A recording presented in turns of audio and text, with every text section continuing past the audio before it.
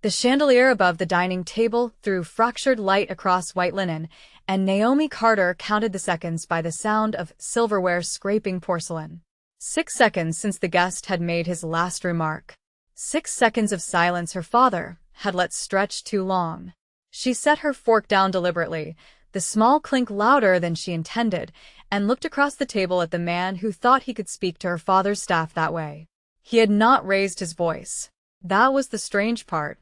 He had simply told the housekeeper in a tone so flat it barely qualified as speech that the wine was an insult and that she should consider whether she was competent enough for her position.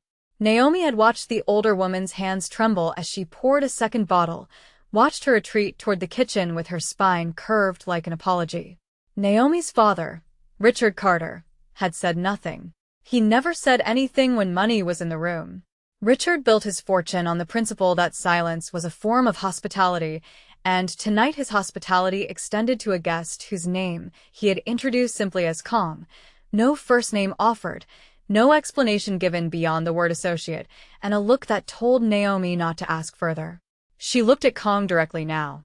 He was younger than she expected for someone who commanded that kind of stillness in a room, maybe mid-30s, dressed in a charcoal suit that fit him with the precision of something tailored that week. His hands rested on either side of his plate, untouched, fingers long and still. His eyes were dark, nearly black in the low light, and when they moved slowly, like he was cataloging the room rather than simply looking at it. Naomi did not know what he was. She only knew what he had just done, and that was enough. You did not have to speak to her like that, Naomi said. The room went quiet in a different way than before, quiet like something had cracked open. Her father's fork paused halfway to his mouth. She has worked in this house longer than I have been alive. If the wine displeased you, you could have said so without making her feel small.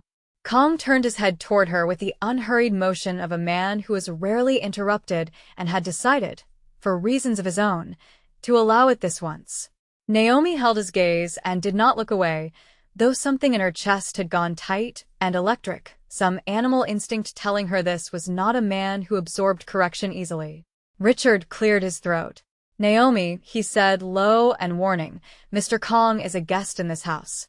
So is she, Naomi said, gesturing toward the kitchen doorway where the housekeeper had vanished.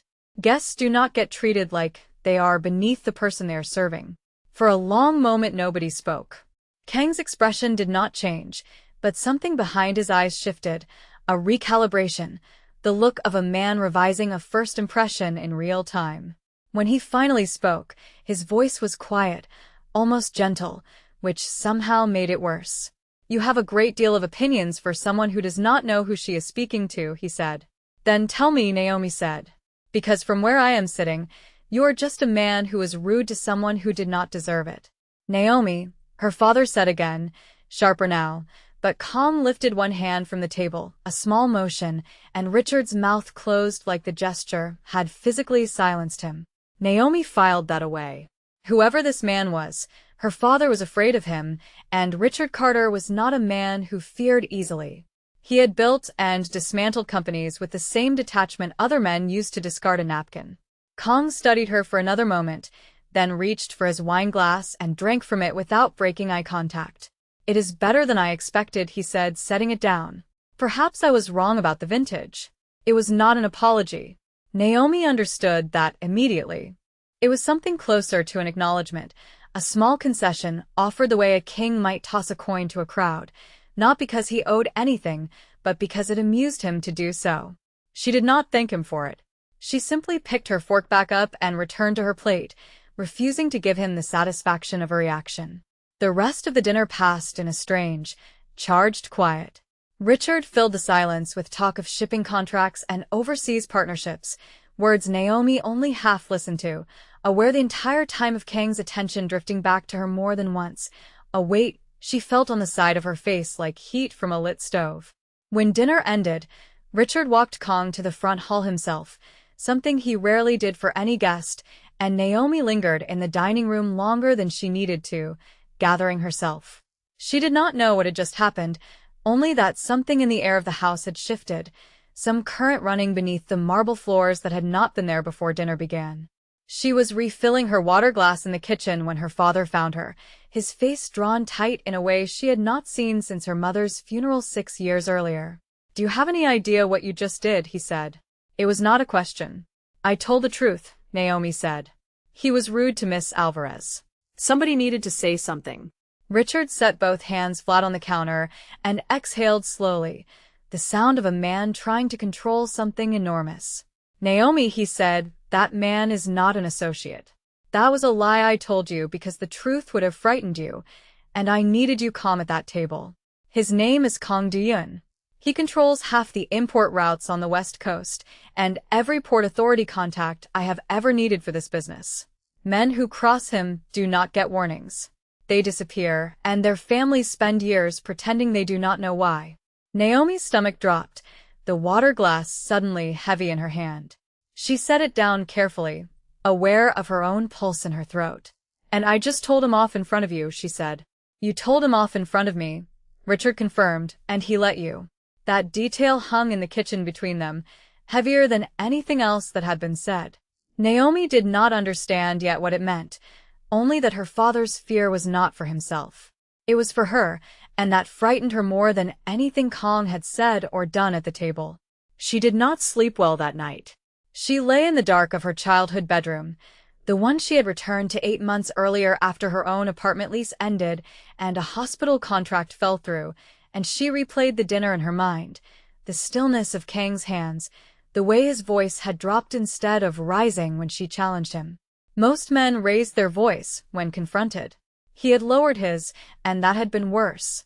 3 days passed with no further mention of him, and Naomi allowed herself to believe the incident had closed, a strange and unsettling night that would simply become a story she told herself when she needed to remember she was not as powerless in that house as she sometimes felt. She was wrong. On the 4th day, a car she did not recognize was parked in the circular drive when she returned from her shift at the community clinic where she worked as a patient advocate, translating medical paperwork into language people could actually understand, holding hands in waiting rooms when families had nobody else to hold them. It was work her father considered beneath her, though he had stopped saying so out loud years ago. The car was black, low, expensive in the understated way that told her it was not meant to be noticed by people who did not already know what it signified.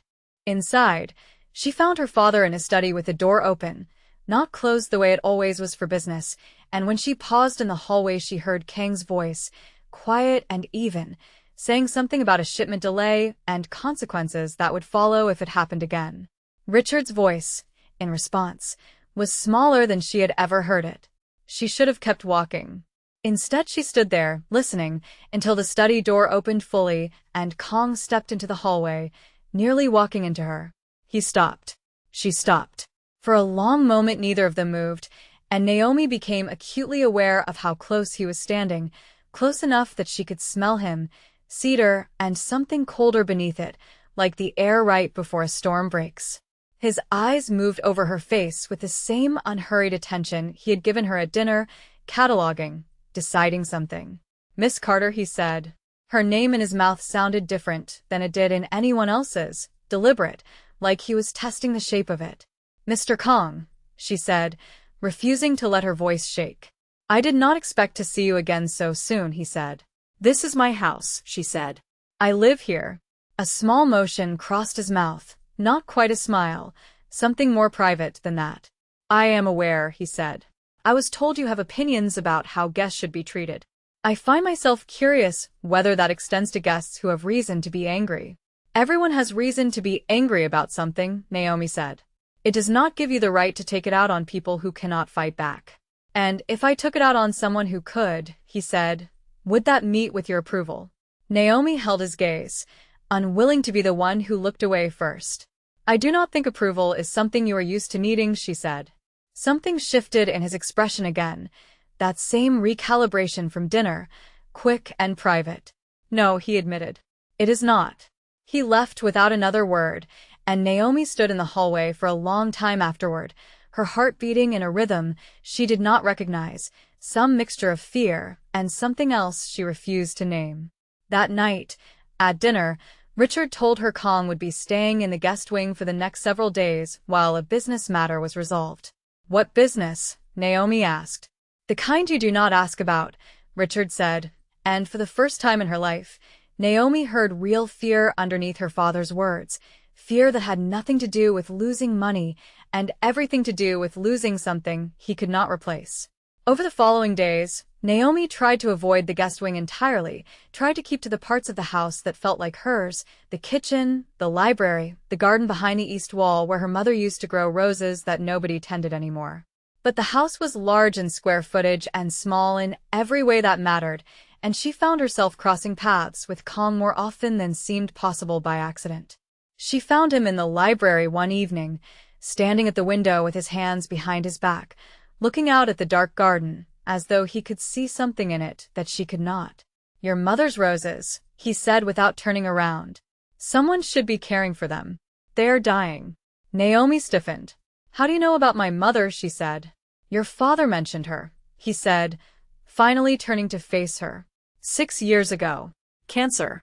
He does not speak of her often, but when he does, his voice changes. "I noticed the roses the first night I arrived. Nobody has pruned them in some time. I do not have time to keep a garden alive," Naomi said, defensive in a way she did not fully understand. "I work."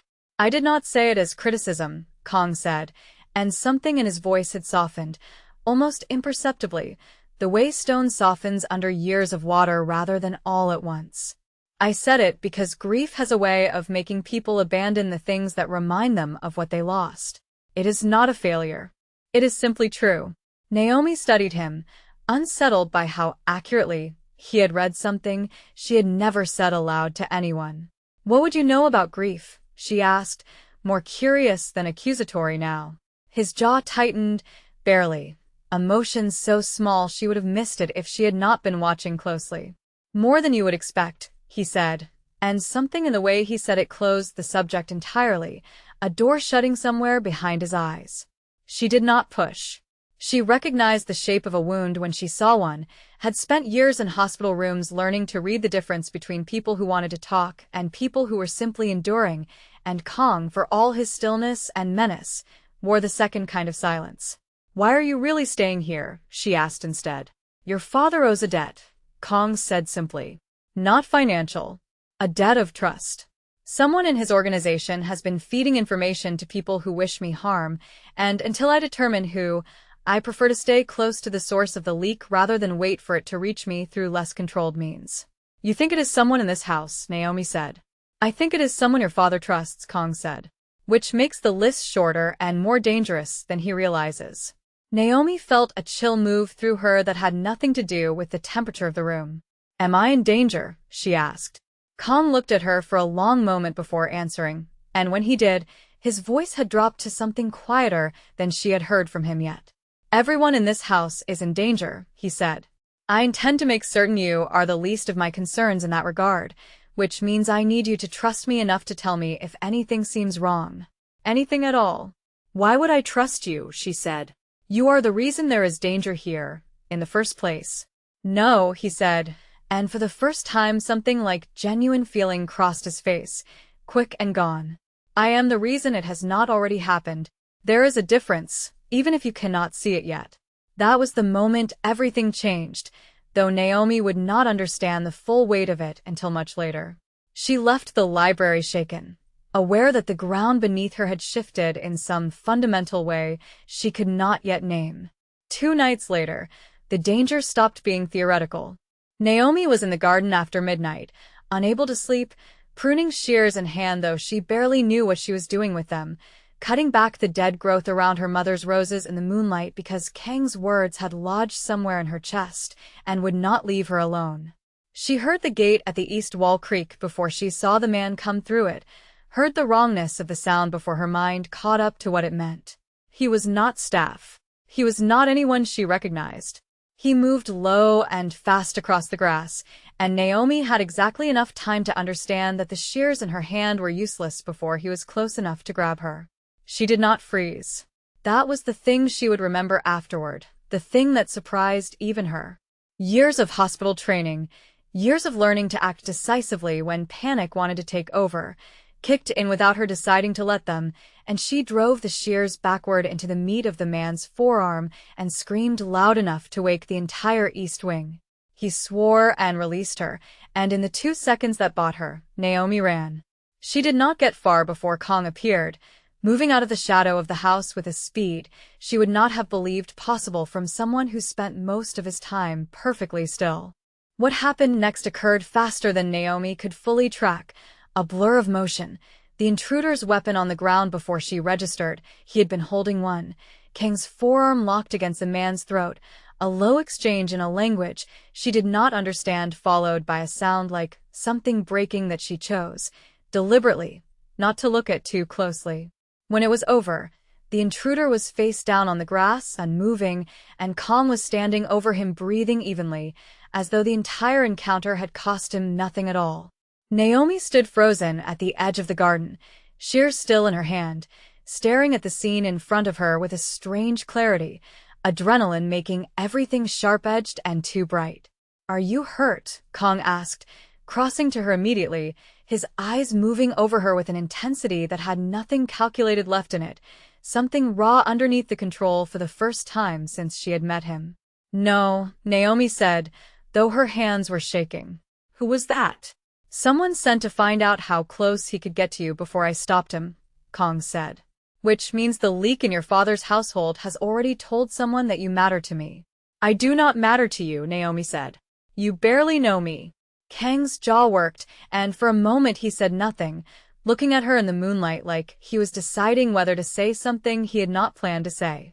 "I have known a great many people in my life," he said finally. "Almost none of them told me the truth simply because it needed saying. You did, at a dinner table, with everything to lose and nothing to gain. That is rarer than you understand, and it is the reason I have not been able to stop thinking about you since." Naomi's breath caught. "That is not an answer," she said, though her voice had lost its edge. "It is the only honest one I have," he said.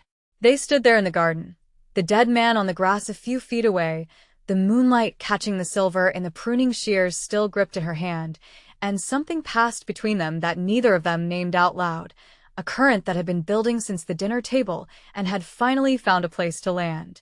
"I need to get you inside," Kong said, his voice returning to its controlled register, though his hand found the small of her back as he guided her toward the house, a touch light enough to be nothing and deliberate enough to be everything. The following morning, Richard was pale and shaken, apologizing in ways Naomi had never heard her father apologize for anything, promising Kong he would find whoever had betrayed his trust and deal with it personally. Naomi watched the two men speak in the study, watched her father's fear and Kang's cold, contained fury, and understood for the first time the true scale of the world she had accidentally been pulled into. Over the next several days, Kang's presence in the house shifted from temporary guest to something closer to permanent fixture. Security tightened around the property, unfamiliar men in dark suits stationed at every gate, and Naomi found herself, despite every instinct telling her not to, seeking Kong out rather than avoiding him.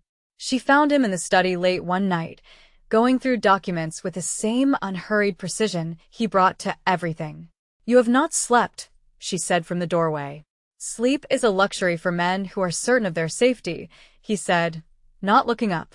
"I have not been certain of much since the garden." Naomi crossed into the room and sat across from him, uninvited, and something in the set of his shoulders eased slightly at her presence, though he would not have admitted it if asked. "Tell me about her," Naomi said. "The woman you failed to protect. Because that is what this is about, is it not? Not just the leak. Something older." Kong set down the papers in his hand and looked at her for a long moment, weighing something. "Her name was Ariam," he said finally. "She worked for my organization before I ran it, back when my older brother held the position I hold now. She discovered a betrayal within our ranks and came to warn me rather than my brother, because she trusted me more, and because of that trust, the people responsible for the betrayal decided she was a threat that needed removing before she could speak further. I was not fast enough. I have spent a great deal of my life since then making certain I am never that slow again." "I am sorry," Naomi said, and meant it. "I did not tell you for sympathy," Kong said, though his voice had none of its usual edge. I told you because you asked, and I found I did not want to lie to you the way I lie to everyone else in my life. That is new. I am not certain what to do with it. You do not have to do anything with it, Naomi said. You could just let it be true. Something in his expression cracked open then, briefly, a vulnerability she suspected almost nobody had seen in him in years, and for a moment the distance between them in the study felt smaller than it had any right to feel. I should not want what I want where you are concerned, he said quietly. It puts you in more danger than you are already in. I am a grown woman, Naomi said. I get to decide what danger is worth to me. He studied her, something warring behind his eyes, and then he reached across the desk and covered her hand with his, a gesture so simple and so uncharacteristic of everything she had seen from him that it landed harder than any declaration could have. His hand was warm and steady, and Naomi did not pull away.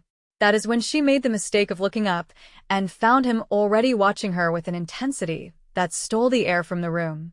The days that followed carried a charge that Naomi could not ignore no matter how she tried to bury herself in work at the clinic, no matter how many hours she spent away from the house pretending distance would dull what had already taken root. Kang's investigation into the leak narrowed steadily, and with it, the danger around the house sharpened rather than eased. Twice more, unfamiliar cars idled too long near the property gates. Once, a man was found photographing the house from the tree line at the property's edge before Kang's people intercepted him.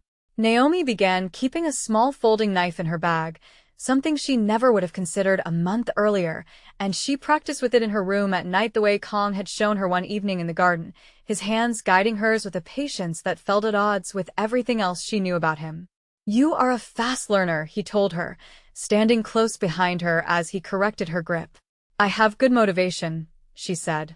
It was during one of these sessions that the confession came, unplanned, the way honest things often are. Naomi had turned to face him, breathless from the exertion of the lesson, and found him closer than she expected, close enough that neither of them moved away. I told myself staying close to you was strategy, Kang said quietly. Keeping you safe, keeping the leak contained. I have been lying to myself for weeks. It stopped being strategy the night in the garden. Possibly before that. Possibly the moment you told me off at your father's table for something that was, in fact, entirely my fault. Naomi's heart pounded, and she did not step back. Why are you telling me this now? She asked. Because you deserve honesty more than I deserve to protect myself from the consequences of giving it, he said. She reached up and touched the side of his face, the first time she had initiated any contact between them, and felt him go still beneath her palm, the stillness of a man holding himself in careful check. This is dangerous, she said. Everything worth having usually is, he answered, and then he kissed her, slow and certain, his hand coming up to cradle the back of her head like she was something he had been afraid to want for a very long time and had finally stopped fighting. It was not gentle in the way first kisses in stories were often described. It was searching, deliberate, an admission neither of them had planned to make out loud, finally spoken in the only language that felt honest enough for it. When they broke apart, Naomi was breathless, and Kang's forehead rested against hers, his breathing as unsteady as her own for the first time since she had met him. I do not know how to do this the safe way, he admitted. Then do not, she said. Do it the honest way instead. The next morning, everything came apart. Richard summoned them both to the study, his face gray, a folder open on the desk in front of him. The leak had been identified, and the name attached to it was not a stranger's. It was Daniel Reyes, Richard's longtime business partner, and the closest thing to family Richard had outside of Naomi herself, a man who had sat at their table more times than Naomi could count, who had walked her through her mother's funeral arrangements when Richard had been too broken to manage it himself. Naomi felt the floor tilt beneath her. Daniel, she said. Are you certain? Certain enough, Kang said, his voice flat and cold in a way she had not heard since that first night at dinner. He has been selling information to a rival faction for the better part of a year, information about your father's shipments and more recently, information about you. Where you work, what time you leave the clinic, which car you drive. Why? Naomi asked, though some part of her already suspected the answer would be simple and ugly in the way most betrayals were. Money, Kang said. And leverage. He believed that if the rival faction could take something from me directly, they could force concessions from me that violence alone has never achieved. He was not entirely wrong. I would burn a great deal down to keep you safe. That is precisely the vulnerability he sold them. The confrontation happened faster than Naomi expected. That same evening, when Daniel arrived at the house under the pretense of a routine visit, unaware that his betrayal had already been uncovered. Naomi watched from the study window as Kang's men intercepted him in the driveway, watched Daniel's face shift from confusion to understanding to something like resignation as he realized there was no talking his way free of what he had done. But the rival faction had not waited for Daniel to explain himself. They had been watching the house as closely as Daniel had been feeding them information, and the moment their inside source was compromised, they moved to salvage what leverage remained before it disappeared entirely. The attack came from the tree line at the property's edge, 3 men moving fast across the lawn while the confrontation with Daniel occupied the driveway, their target clear the moment Naomi saw them angled toward the side entrance, nearest the study. She did not scream. She did not freeze. She grabbed the letter opener from Richard's desk, useless as it likely was, and positioned herself between the door and her father, because whatever else was true, she was not going to be the reason either of the men she loved lost everything in a single night. Kong reached the study before the intruders did, moving through the house with the same lethal economy she had witnessed in the garden, and the fight that followed was fast and brutal, and over before Naomi's mind had fully processed its beginning. 2 of the 3 men went down under Kang's hands, and the third, cornered, made the mistake of turning his weapon toward Naomi rather than surrendering. Naomi did not hesitate. She threw the heavy crystal paperweight from her father's desk with every ounce of strength she had, catching the man across the temple hard enough to stagger him, buying Kong the half-second he needed to close the distance and finish what the man had started. When it was over, the study was wrecked, papers scattered across the floor, and Naomi was still standing, breathing hard, adrenaline making her hands shake though her mind remained clear. "You could have been killed," Kong said, crossing to her immediately, his hands framing her face with a desperation that finally, fully, matched what she had felt from him in every quiet moment since the garden. "So could you," she said. "I was not going to stand here and watch that happen without doing something about it." His forehead dropped to hers again, and this time when he exhaled, it sounded like something breaking loose in his chest, relief and fear, and something that had no name yet but felt permanent all the same. "I have spent years making certain nothing could touch the people I care about," he said. "I did not account for the possibility that the person I care about most would insist on fighting beside me rather than staying safely behind me." "I am not the staying behind type," Naomi said. "No," he said, something almost like a smile touching his mouth for the first time since she had met him. "I am beginning to understand that." Daniel was dealt with in ways Naomi did not ask about and did not want explained, and in the weeks that followed, the house settled into a strange new quiet, security still tight but the immediate danger extinguished. Richard, for his part, said little about what had transpired between his daughter and the man he had once introduced as simply an associate, though Naomi caught him watching them together at dinner one evening with an expression that was not quite approval, but was no longer fear either. Kong did not leave the house the way Naomi had expected him to once the danger passed. Instead, he found reasons to stay, business that could easily have been conducted elsewhere, meetings that did not require his physical presence but received it anyway, and Naomi understood without either of them saying it aloud that he was choosing to stay close to her, not out of obligation or strategy, but because the alternative had become unthinkable to him. One evening, weeks after Daniel's betrayal had been resolved, Naomi found Kong in the garden again, standing near her mother's roses, which had begun to recover under the care she had returned to giving them, cutting back the dead growth, watering the roots, coaxing new blooms from branches that had nearly given up. "You have been tending them," he observed as she approached. "Someone told me grief does not have to mean abandoning the things that remind you of what you lost," she said. "I have been thinking about that a lot lately." Kong turned to face her fully, and in the moonlight, the same moonlight that had witnessed the worst night of this entire ordeal, he looked at her with an openness she had never seen from him at that first dinner, a man who had spent years perfecting stillness, now standing before her with everything visible on his face. "I built my entire life around never needing anyone enough that their loss could break me," he said. "I do not know how to unbuild that. I only know that I do not want to try building it back up if it means keeping you at a distance." "Then do not," Naomi said, echoing the words she had given him in the study weeks earlier, standing this time not close enough to touch, but close enough that the space between them felt like a choice rather than a barrier. He crossed that space himself, closing the distance with the same certainty he brought to everything else, and when he kissed her this time, there was nothing tentative in it, nothing held back, an admission finally allowed to stand in open air rather than whispered in the dark corners of a study where secrets usually lived. "You are certain?" he asked against her mouth, giving her one last chance to walk away from everything his world would demand of her. "I have never been more certain of anything," she said, and it was true.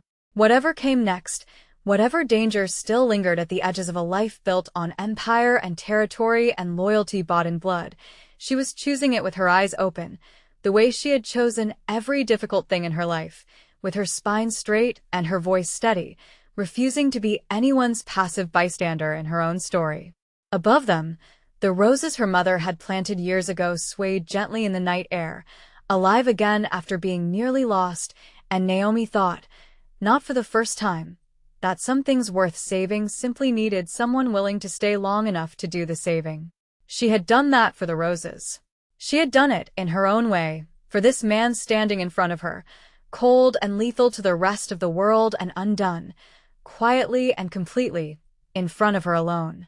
If this story kept you hooked until the very last word, make sure to like this video and subscribe for more dark romance stories just like this one. Drop a comment and tell me which moment hit you the hardest, and let me know if you want to see more Korean Mafia boss stories on this channel. Thank you for watching, and I will see you in the next story.